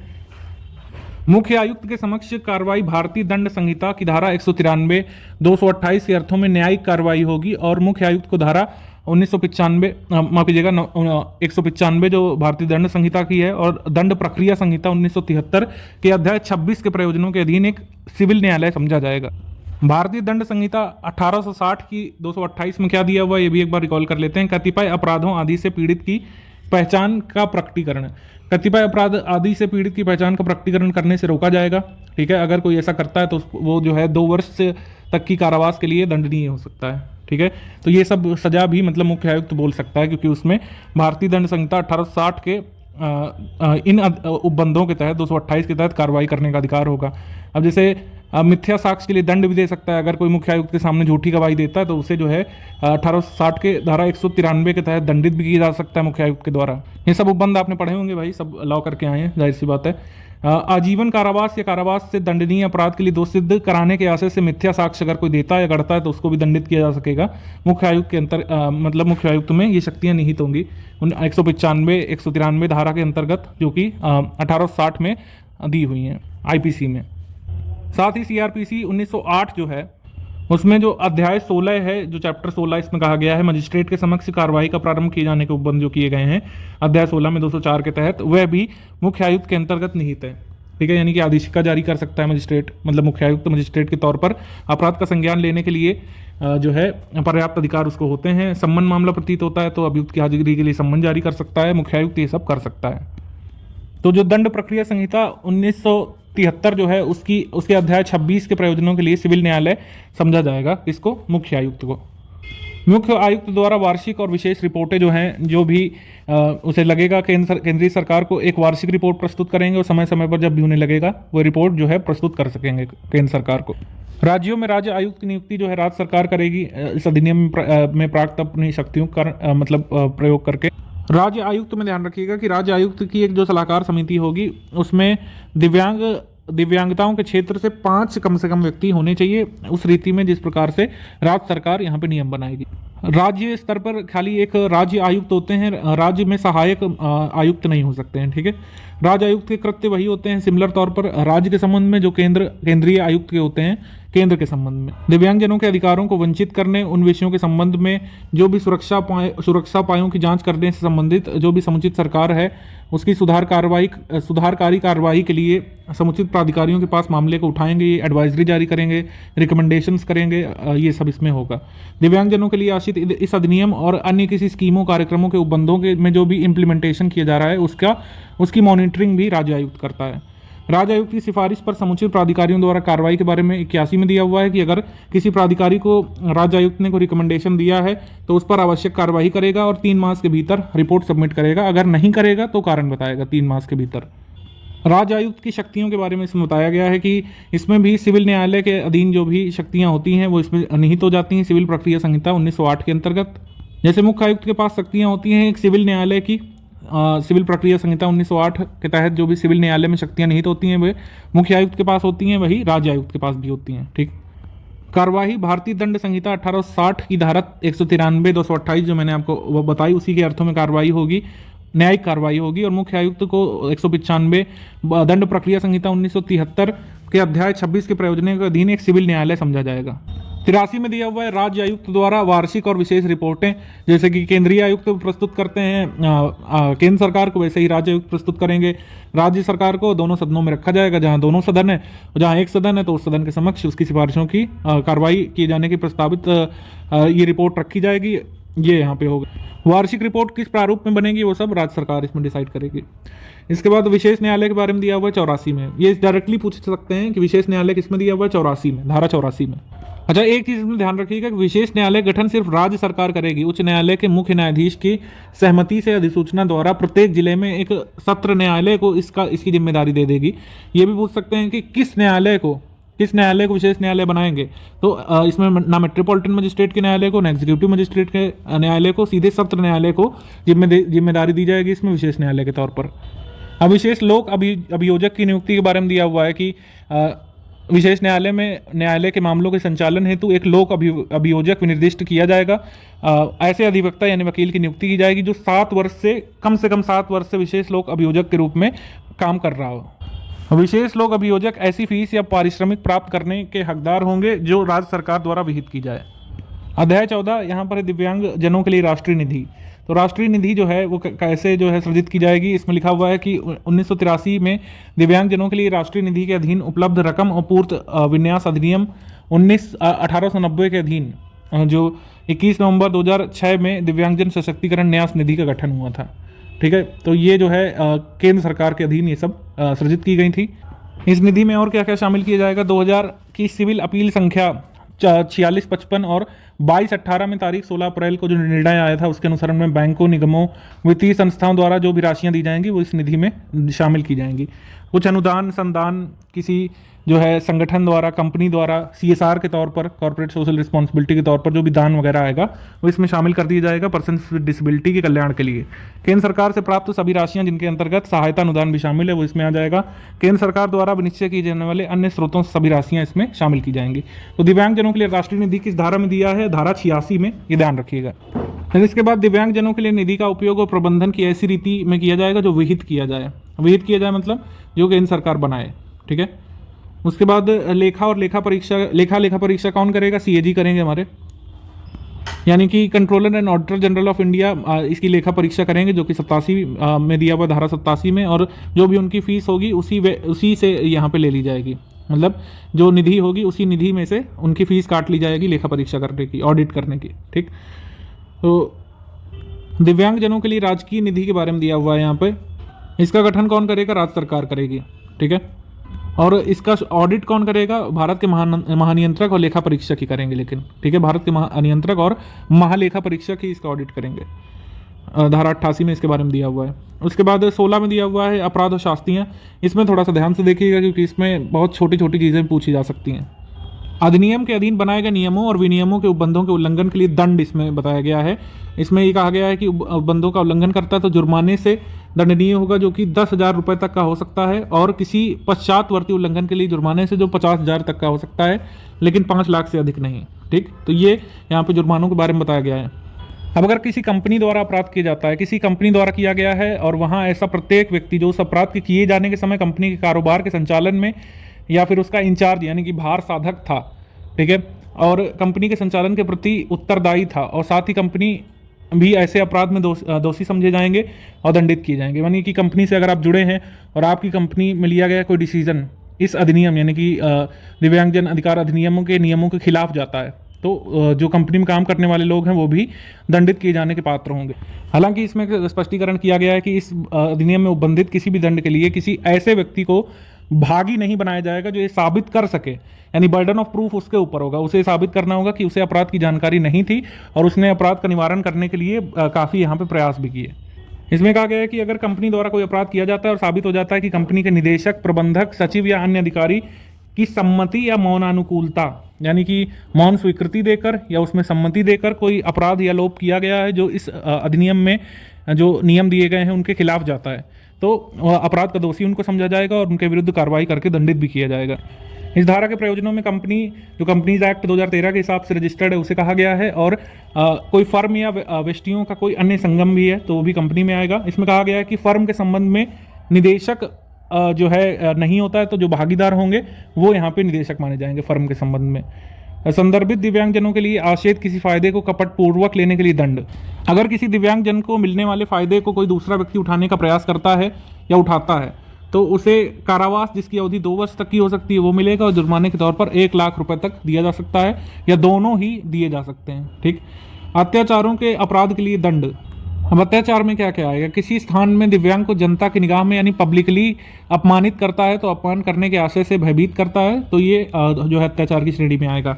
अगर कोई व्यक्ति अवमान करने के आशय से दिव्यांग पर हमला करता है या बल प्रयोग करता है या दिव्यांग महिला की शालीनता का घोर अपमान करता है, यानी कि उसकी मॉडेस्टी आउटरेज करने का प्रयास करता है, तो ये अत्याचार में आएगा। दिव्यांग के ऊपर वास्तविक प्रभार या नियंत्रण रखता है, दिव्यांग के ऊपर वास्तविक प्रभार या नियंत्रण रखता है, स्वैच्छिक रूप से जानते हुए उसे भोजन या तरल पदार्थ या पानी देने से मना करता है, तो ये भी अत्याचार में आएगा।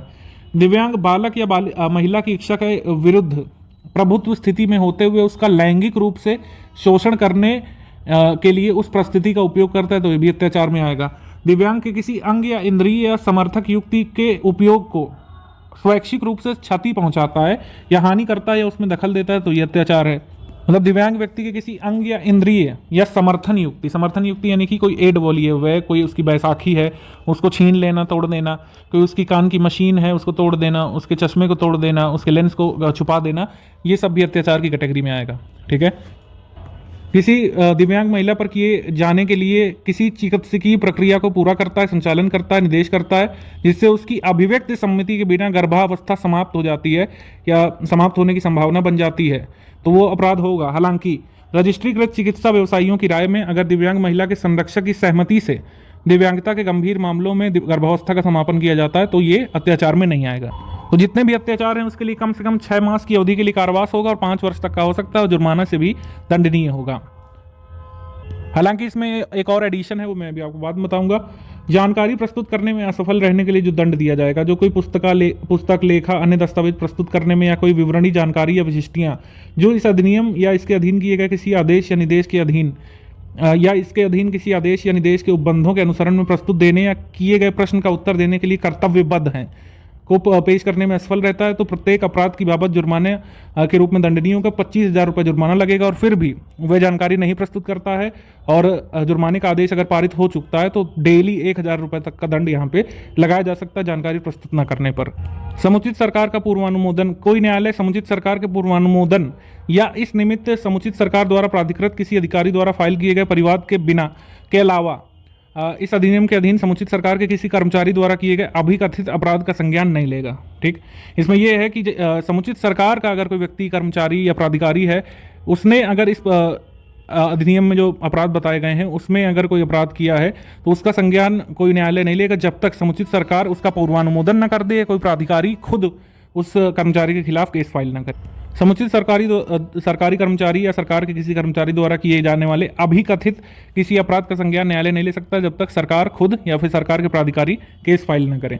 अनुकल्पी दंड के बारे में यहाँ पे ध्यान दीजिएगा। यहाँ पे बताया गया ऑल्टरनेटिव पनिशमेंट, इसका आशय यह है कि अगर इसमें जो भी पनिशमेंट बताई गई हैं या जिस हम लोग कह सकते हैं जिस कॉज के लिए बताई गई हैं, अगर वो कारण, वो कोई हम लोग कह सकते हैं अवधारणा अगर किसी अन्य अधिनियम में या तत्समय प्रवृत्त किसी अन्य कानून में अंतर्निष्ठ है तो अपराध के लिए दोषी पाया गया व्यक्ति केवल ऐसे अधिनियम के अधीन दंड के लिए पात्र होगा जो डिक्री में अधिक है। फॉर एग्जाम्पल, जैसे यहाँ पे लिखा हुआ है ऊपर, दिव्यांग बालक या महिला की इच्छा का प्रभुत्व स्थिति में होते हुए लैंगिक रूप से अगर शोषण करता है और बालक की आयु या बालिका की आयु जो है कम है 12 वर्ष से, तो यहाँ पे पॉक्सो एक्ट लगेगा। ये पर्सन्स विद डिसेबिलिटी एक्ट के तहत उसको दंडित नहीं किया जाएगा क्योंकि पॉक्सो एक्ट में जो दंड का मैग्नीट्यूड है वो ज़्यादा है, तो ज़्यादा वाले दंड के अधीन कार्रवाई की जाएगी, कम वाले दंड के अधीन नहीं की जाएगी। ये यहाँ पे लिखा हुआ है ऑल्टरनेटिव पनिशमेंट में। तो इसी में अनुकल्पी दंड आप समझ चुके होंगे कि अन्य कोई अधिनियम यहाँ पे किसी बालक, महिला या फिर किसी भी जो है अन्य के लिए उपबंध करता है दंड का और वो दंड ज़्यादा है उस स्थिति में जो इस अधिनियम में दिया गया उससे, तो ऑल्टरनेटिव पनिशमेंट के तौर पर उसी विधि के तहत दंडित किया जाएगा व्यक्ति को। जैसे दिव्यांग महिला की शालीनता का घोर अपमान यदि करता है कोई व्यक्ति और उसकी आयु 16 वर्ष से कम है तो उसमें पॉक्सो एक्ट ही लगेगा। ये RPW एक्ट के तहत कार्रवाई नहीं होगी। अब प्रकीर्ण यानी कि मिसलेनियस है, अन्य विधियों का लागू होना, वर्जित ना होना। इस अधिनियम के उपबंध प्रवृत्त किसी अन्य विधि के उपबंधों के अतिरिक्त होंगे, ना कि अल्पीकरण में। वही मैंने बताया कि 96 के तहत भी वही है कि अन्य विधि के प्लस में होंगे, माइनस में नहीं होंगे। यानी कि अगर किसी व्यक्ति ने दिव्यांग महिला के खिलाफ अपराध किया है और वे जो है 18 वर्ष से कम है, 16 वर्ष से कम है, तो पॉक्सो अधिनियम भी लग सकता है उस पर और ये वाला भी लग सकता है। ये वाला लगेगा और वो हट जाएगा, ऐसा कुछ नहीं होगा। ठीक है, मतलब अन्य विधि के उपबंधों के अतिरिक्त होंगे, अल्पीकरण में नहीं। सद्भावपूर्ण की गई कार्रवाई के लिए संरक्षण भी यहाँ पे दिया गया है कि अगर सद्भावपूर्ण जो है कोई कार्रवाई की है किसी समुचित सरकार के प्राधिकारी ने इस अधिनियम द्वारा बनाए गए नियमों के अधीन कोई सद्भावपूर्ण कार्रवाई की है तो उसके लिए कर्मचारियों के विरुद्ध कोई विधिक कार्रवाई नहीं की जा सकेगी। कठिनाइयों को दूर करने की शक्ति यहाँ पे केंद्र सरकार के पास है।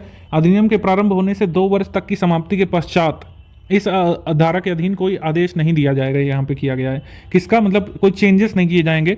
2016 में एक्ट आया था दिसंबर में, उससे 2 वर्ष बाद तक कोई चेंजेस यहाँ पे किए जा सकते थे, कठिनाई हटाई जा सकती थी, सरल किया जा सकता था कोई नियम समझने के लिए, लेकिन 2 वर्ष बाद नहीं किया जा सकेगा, यहाँ पे लिखा है। ठीक है, धारा के अधीन प्रत्येक आदेश इसके किए जाने के पश्चात यथाशीघ्र संसद के प्रत्येक सदन के समक्ष रखा जाएगा, ये तो बनी बात है। उसके बाद अनुसूची का संशोधन करने की शक्ति, इसमें जो ZC में यानी कि यागा में जो अनुसूची दी गई है दिव्यांगता की, मतलब दिव्यांग कितने प्रकार के हो सकते हैं, कौन कौन से होते हैं, 21 प्रकार के दिव्यांगता के बारे में बताया गया है। तो उस अनुसूची में परिवर्तन की शक्ति किसके पास है, समुचित सरकार के पास है। 100 में दिया हुआ है केंद्र सरकार की नियम बनाने की शक्ति, केंद्र सरकार किस किस धारा के संबंध में नियम बना सकती है उसके बारे में दिया हुआ। जैसे विशेष रोजगार कार्यालय के लिए स्थापन द्वारा जानकारी और विवरणी प्रस्तुत करने की रीति। अब यहाँ पे रीति शब्द ध्यान रखिएगा कि किस प्रकार किया जाएगा, क्या फॉर्म भरा जाएगा, क्या क्या यहाँ पे टाइम लिमिट होगी जानकारी प्रस्तुत करने की, ये सब जो है रीति कौन में जो है केंद्र सरकार यहाँ पे नियम बनाएगी। राज्य सरकार भी कुछ नियम बनाएगी इस एक्ट के संबंध में, और केंद्र सरकार भी। केंद्र सरकार कौन कौन से बना सकती है? दिव्यांगता अनुसंधान के लिए समिति के गठन की रीति, ये जो है केंद्र सरकार ही बना सकती है, इसके संबंध में नियम राज्य सरकार नहीं बना सकती है। ठीक है। 21 की उपधारा 1 के अधीन समान अवसर नीति अधिसूचित करने की रीति केंद्र सरकार के अधीन है। 22 उपधारा 1 के अधीन प्रत्येक स्थापन द्वारा अभिलेखों के अनुरक्षण का प्रारूप और रीति ये केंद्र सरकार के अधीन रहेगा। धारा 38 की उपधारा 2 के अधीन निर्धारण बोर्ड की संरचना और उपधारा 3 के अधीन निर्धारण बोर्ड द्वारा किए जाने वाले निर्धारण की रीति। 40 के अंतर्गत दिव्यांगजनों की पहुंच के लिए मानक अभिकथित करने के नियम। ठीक है, मतलब बिल्डिंग्स जो है किस प्रकार से पहुंच सुनिश्चित करेगी, क्या क्या स्ट्रक्चर्स बिल्डिंग में होने चाहिए, व्हीकल में होने चाहिए, ये सब जो है नियम केंद्र सरकार बनाएगी। ठीक, बाकी ये कुछ नियम केंद्र सरकार आगे बनाएगी, इसको आप देख लीजिए एक बार, जो जरूरी वाले थे मैंने बता दिया आपको। ठीक, उसके बाद राज्य सरकार कौन कौन से नियम बना सकती है? दिव्यांग अनुसंधान के लिए समिति गठित करने की शक्ति ये राज्य सरकार के पास भी है। सीमित संरक्षक को समर्थन उपलब्ध कराने की रीति ये बताएगी धारा 24 की उपधारा 1 के अधीन राज्य सरकार। धारा 51 की उपधारा 1 के अधीन रजिस्ट्रीकरण के प्रमाण पत्र के लिए किसी आवेदन को करने के प्रारूप की रीति ये बताएगी राज्य सरकार। दिव्यांगजनों के लिए काम करने वाले किसी प्राधिकरण, मतलब कह सकते हैं किसी संस्थान के लिए रजिस्ट्रीकरण के प्रमाण पत्र की मंजूरी के लिए कौन कौन से मानक उस संस्थान को तय करने पूरे करने होंगे, ये कौन कौन से मानक होंगे, कौन बताएगा? राज्य सरकार बताएगा। ठीक है, तो ये कुछ चीज़ें हैं।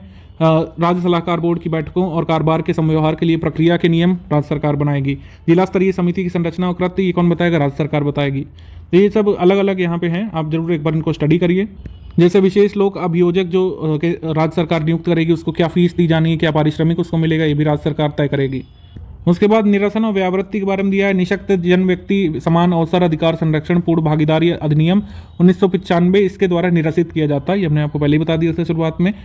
ठीक है, उक्त निरसन के होते हुए भी उक्त अधिनियम के अधीन की गई कोई भी बात इस अधिनियम के तत्स्थानीय उपबंधों के अधीन की गई समझी जाएगी, यहाँ पे कहा गया है।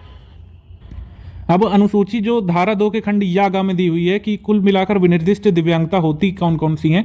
21 तरीके की होती हैं। जैसे सबसे पहली शारीरिक दिव्यांगता है, इसमें कुष्ठ रोगमुक्त व्यक्ति से ऐसा व्यक्ति अभिप्रेत है जो कुष्ठ से रोगमुक्त हुआ हो लेकिन निम्नलिखित से पीड़ित हो। हाथ या पैरों के सुग्राहीकरण या ह्रास के साथ साथ आंख या पलक के सुग्राहीकरण का ह्रास हुआ हो। आंशिक घात किंतु व्यक्ति विरूपता नहीं है। व्यक्ति विरूपता और आंशिक घात किंतु उसके हाथ पैरों में विनिर्दिष्ट चलने से सामान्य आर्थिक क्रियाकलापों में लगे रहने के लिए अक्षम है। अत्यंत शारीरिक विकृति के साथ साथ वृद्धावस्था जो उन्हें कोई लाभप्रद व्यवसाय करने से रोकती है। और कुष्ठ रोगमुक्त व्यक्ति पद का तदनुसार अर्थ लगाया जा सकता है। उसके बाद प्रमस्तिष्क घात से कोई अविकासशील अवस्थाओं का समूह अभिप्रेत है। अब अविकासशील तंत्रिका दशाओं से शरीर के चलन पेशियों के समन्वय को प्रभावित करती है। मस्तिष्क के एक या एक से अधिक विनिर्दिष्ट चक्रों में क्षति कारण उत्पन्न हुआ हो, साधारणतः जन्म से पूर्व, जन्म के दौरान या जन्म के तुरंत पश्चात। बौनापन भी एक दिव्यांगता में आता है। बौनापन में किसी वयस्क व्यक्ति की लंबाई 4 फीट 10 इंच यानी 147 सेंटीमीटर से अगर कम रह जाए तो वो भी शारीरिक दिव्यांगता में आ जाएगा। उसके बाद बहुदुष्पोषण से वंशानुगत आनुवांशिक पेशी रोग हुआ हो, जो मानव शरीर को सचल करने वाली पेशियों को कमजोर कर देता हो और रोगी व्यक्ति के जीन में वह सूचना अशुद्ध होती है या नहीं होती है, प्रोटीन को बनाने से निवारित करती है। ठीक है, तो पेशियां जो सुदृढ़ नहीं होती चलने फिरने के लिए, तो वो व्यक्ति भी आ जाता है इसमें शारीरिक अक्षमता में या दिव्यांगता में। उसके बाद अम्ल आक्रमण पीड़ित यानी एसिड अटैक विक्टिम जो है उनको भी यहाँ पे रखा जाएगा किसमें? पर्सन्स विद डिसेबिलिटी में, शारीरिक अक्षमता में, शारीरिक डिसेबिलिटी में। दृष्टिगत हास कौन कौन सा है? दृष्टिगत हास में आ जाएगा ब्लाइंडनेस, अंधता, दृष्टि का पूर्णतया अभाव, सर्वोत्तम सुधार के साथ अच्छी आंख, दृष्टि संवेदनशील 3/60 या 10/200, स्नेलन से कम हो अगर, 10 डिग्री से न्यून किसी कक्षांतरित कोण पर दृश्य क्षेत्र की परिसीमा हो। निम्न दृष्टि से आशय क्या है? बेहतर आंखों में सुधारकारी लेंसों के साथ 6/18 से कम और 20/60 से कम, 30/60 तक या फिर 10/200 स्नेहल दृश्य संवेदनशीलता हो। 10 से अधिक या 40 डिग्री से अधिक आंतरिक किसी कोण में क्षेत्र में सीमाएं तक देख सकता हो। श्रवण शक्ति का हास बधिर यानी दोनों कानों से संवाद आवृत्तियों से 70 डेसिबल श्रव्य हास वाला व्यक्ति। ठीक, ऊंचा सुनने वाले व्यक्ति दोनों कानों से संवाद आवृत्ति में 60 डेसिबल से 70 डेसिबल श्रव्य हास वाला व्यक्ति। अभिवाक या भाषा दिव्यांगता में लेराइनजेक्टोमी और अफेलिया जैसी स्थितियों से अद्भुत स्थितियों से उद्भूत स्थायी दिव्यांगता ये इसमें शामिल की गई है। बौद्धिक दिव्यांगता में क्या क्या शामिल किया गया है, ये सब बीमारियां शामिल की गई हैं, जैसे है आपकी बोधक दिव्यांगता, डायस्लेक्सिया, डायस्ग्राफिया, डायस्क्लेल्विया, डायस्प्रेशिया और विकासात्मक अफेशिया। स्वालीनता स्पेक्ट्रम विकार भी इसमें शामिल किया गया है। ठीक है, तो बीमारियों के नाम एक बार देख लीजिएगा कि बौद्धिक दिव्यांगता में कौन कौन सी बीमारियों को शामिल किया गया है। मानसिक व्यवहार, मानसिक रूपता में भी इसमें शामिल किया गया है कई सारी चीज़ों को। बहुस्क्लेरोसिस के कारण अगर दिव्यांगता होती है, चिरकारी तंत्रिका दशाएं, पार्किंसंस रोग को भी दिव्यांगता में इसमें शामिल किया गया है। ठीक है, रक्त विकृति को भी पहली बार शामिल किया गया है, पहले के अधिनियम में नहीं था। हीमोफीलिया को इसमें दिव्यांगता के रूप में शामिल किया गया है। सिकल सेल रोग जिसको है उसको भी इसमें शामिल किया गया है। थैलेसीमिया को भी शामिल किया गया है इसमें रक्त विकृति में। बहुनिशक्तता यानी कि मल्टीपल डिसेबिलिटी उपयुक्त में से एक से अधिक निर्दिष्ट निशक्तता के अंतर्गत आती है। कोई अन्य प्रवर्ग जो केंद्रीय सरकार बाद में अधिसूचित कर दे वो भी इसमें शामिल किया जाएगा। तो डिसेबिलिटीज में सारी नहीं याद करिएगा, बस ये देख लीजिएगा कि कौन कौन सी बीमारी जो है बौद्धिक दिव्यांगता में शामिल है सेकंड में, और श्रवण शक्ति में क्या क्या यहाँ पे जो पैरामीटर्स बताए गए हैं, किसे जो है हियरिंग डिसेबल्ड माना जाएगा, ऊंचा सुनने वाला किसे माना जाएगा। दृष्टिगत ह्रास में जो ये लेंस का जो ये पैरामीटर दिया हुआ एक बार देख लीजिएगा। और ध्यान रखिएगा कि शारीरिक दिव्यांगता में एसिड अटैक विक्टिम को, बहुदुष्पोषण वाले को, बौनापन को, प्रमस्तिष्क घात को और कुष्ठ रोग मुक्त व्यक्ति को भी इसमें सही माना गया है, जो कि शारीरिक दिव्यांगता में आता है। तो ये इस तरीके से ये पूरा चैप्टर आई होप आपको समझ में आ गया होगा। जो जो जरूरी चीज़ें हैं, जो लर्न करने वाली चीज़ें हैं, मैंने आपको इंडिकेट कर दी हैं। बाकी बेयर एक्ट से एक बार रीडिंग जरूर लगाइएगा और इस वीडियो को देखने के बाद आपके सारे डाउट क्लियर हो जाएंगे।